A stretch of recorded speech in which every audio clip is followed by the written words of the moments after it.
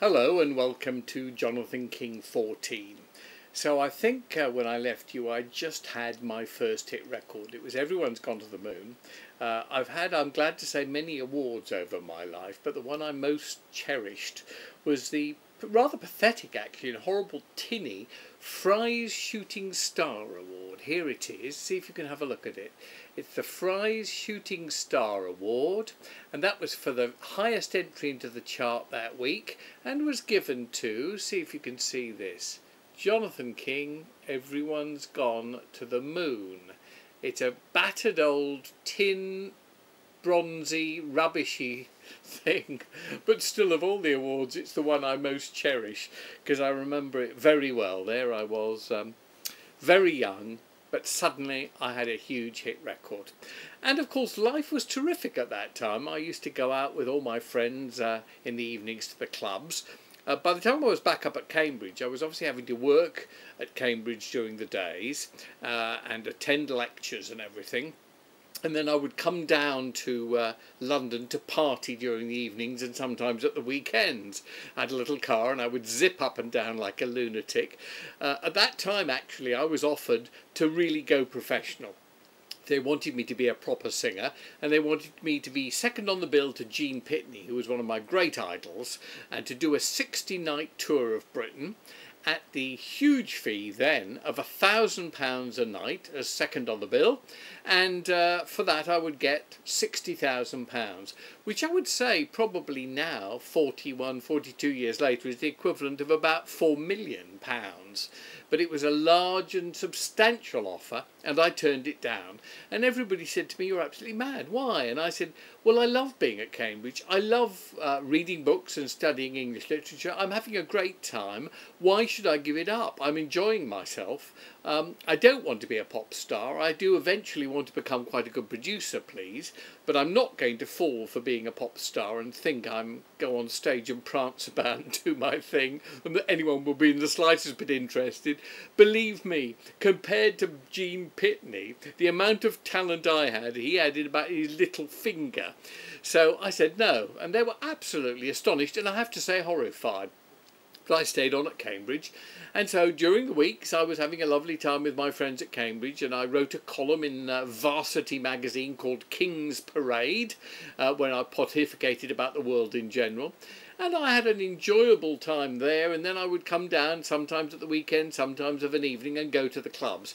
Now the big clubs in London at this time were the Ad-Lib, probably was the biggest, the Scotch of St James, which was my personal favourite, the Cromwellian, and we all used to go to all of them, and it was like a sort of family, because you'd go and every night there would be Beatles and there would be Rolling Stones and there would be others there, Chas Chandler and all the rest of it, from the Animals.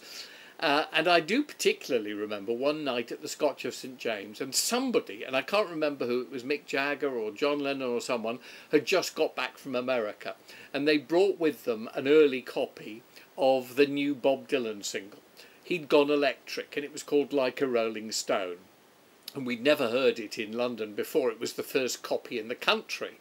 And the DJ put it on, and we were over the moon. We absolutely adored it. And we made the DJ play it all night long.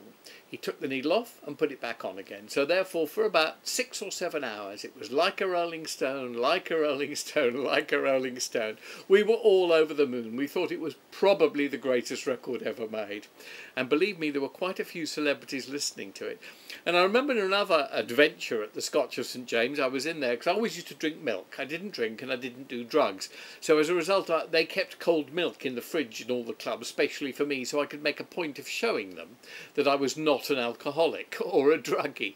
And nobody minded. They all tolerated it. They were all getting drunk out of their minds. I remember Eric Burden, a good old Newcastle Geordie lad, nicknamed me King Loon. And the reason he called me King Loon was because he said I got higher on milk than all the rest of them got on alcohol. But anyway, suddenly Chas Chandler from the Animals arrived, and with him was this boy who'd just flown in from Seattle, I think, who he said is going to be one of the great guitarists of all time, Hendrix. So Jimmy joined us at the table, and he was a really sweet guy, and we got on immediately, very, very well. He had nowhere to stay, and I had this flat, St Andrew's Mansions up in London, that actually had 3 separate bedrooms, so I always had space for people. So Jimmy moved in and stayed with me for a while, and I saw quite a lot of him.